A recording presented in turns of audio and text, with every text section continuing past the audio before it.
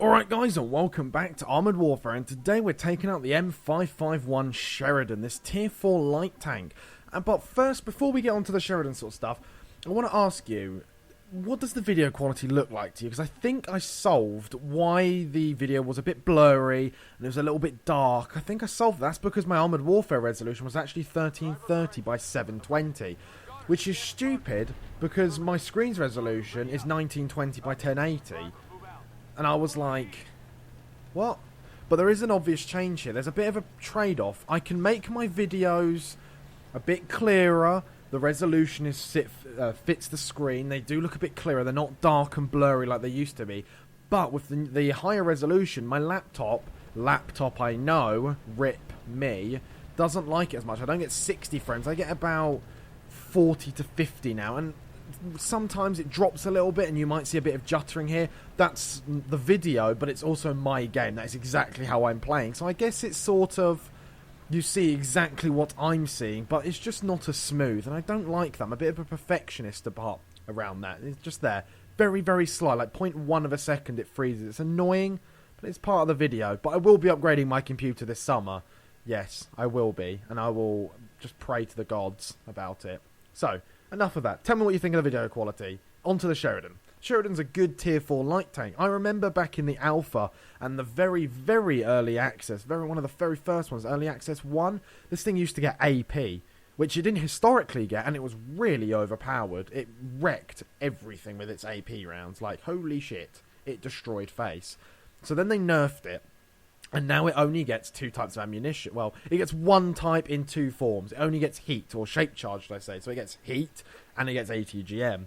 Now, personally, I recommend bringing the ATGM and your heat. Well, you do get HE. But who on earth fires HE in the Sheridan at this tier?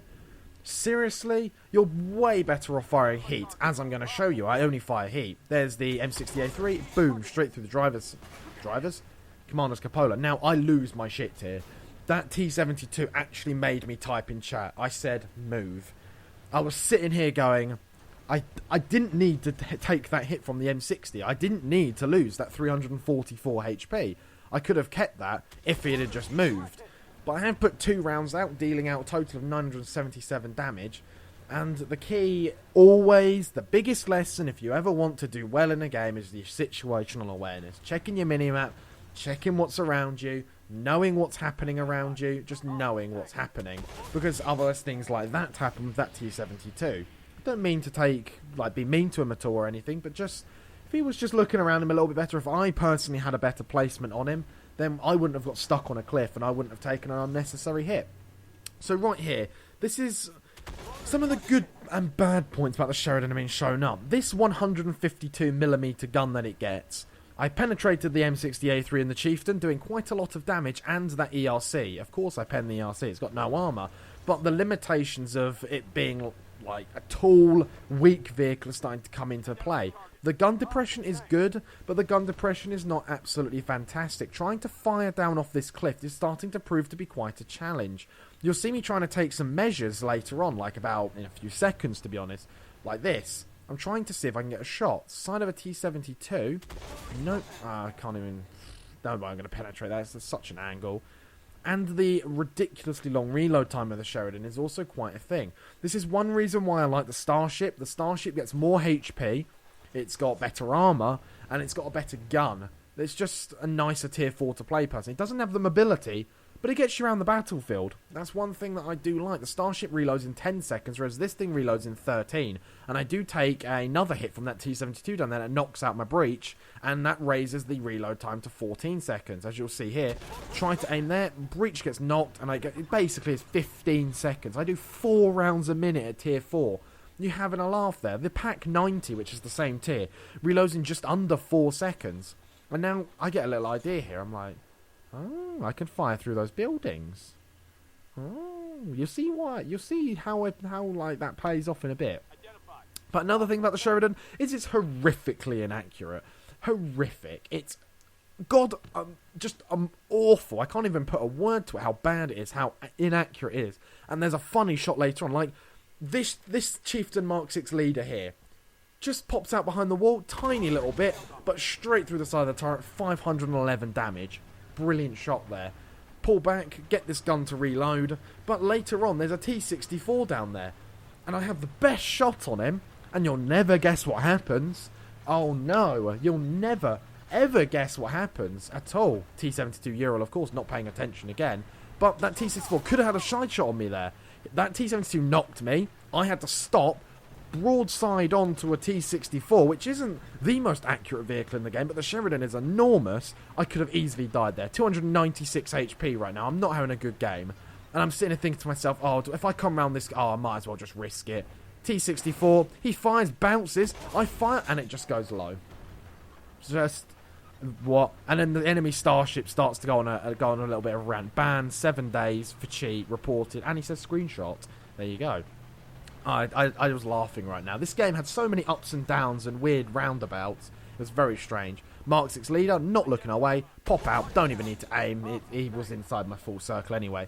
M60A3 and T72 Ural, they don't look like they're looking this way. But the ridiculously long reload time allows that T72 to get back into cover, swing his gun around, and make me sort of have to aim on this guy.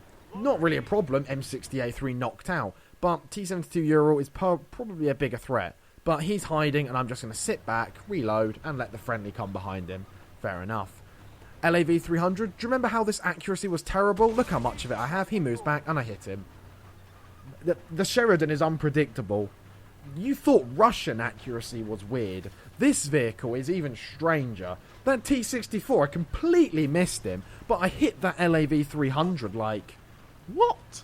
There was such little of him, just... showing, and he moved back into cover, but I still hit him. I'm not complaining. I got a kill for him, 72 damage out of that.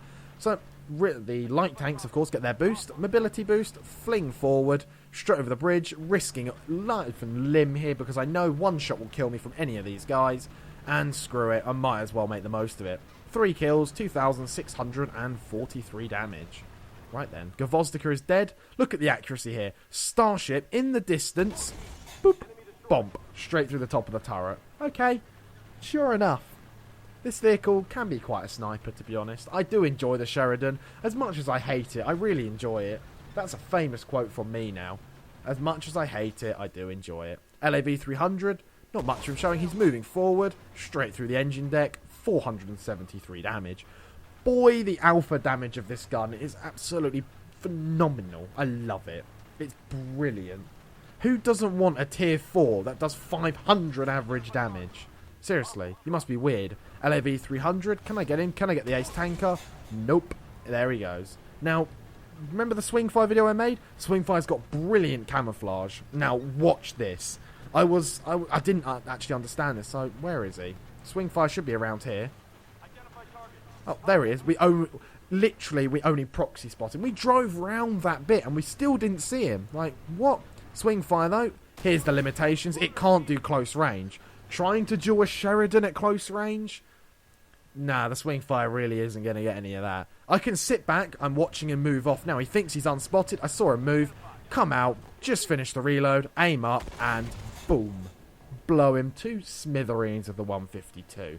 So, from the start of this match, it didn't look pretty good. I was slightly lagging a little bit due to new resolution, having to change my graphic settings around. I didn't really have much fun. I took unnecessary hits, friendlies getting in my way. I didn't really do very much, didn't have any kills, but then the game slowly picked up for me and the Sheridan really comes into its own at mid to late game. If you can conserve your gun, use your mobility, get the hell around the enemies and just blast them away with those 152mm heat rounds, you can really have a lot of fun in this thing. Because we came out of there with 5 kills and 4,100 damage. Not bad for a little tier 4 and a tier 5 match, shall we say. Let's get to our post-game stats. When it loads, of course, because it takes ages for me, because my computer is absolutely terrible and it takes ages. There you go, 4,160 damage. Oh, look at that. Master Gunner, Ace Tanker, Gold Medal, Recon. Not bad at all. 10 spotted, 5 kills. Not a bad game at all. Top on kills, top on damage, top on spots, top on reputation. Easy peasy, lemon squeezy in the Sheridan. When you really know how to start flanking and outmaneuvering the enemy team, the Sheridan really, really can pull off some good old... it can really change the tide of the battle, should I say. From having one team that has a lot of MBTs on one side, you can come round behind them and dish out, God, a third of their HP gone in one hit. Pull back, fire again, and just knock out the low ones, the low HP ones. And as always, guys, thank you for watching, and I'll see you in the next one.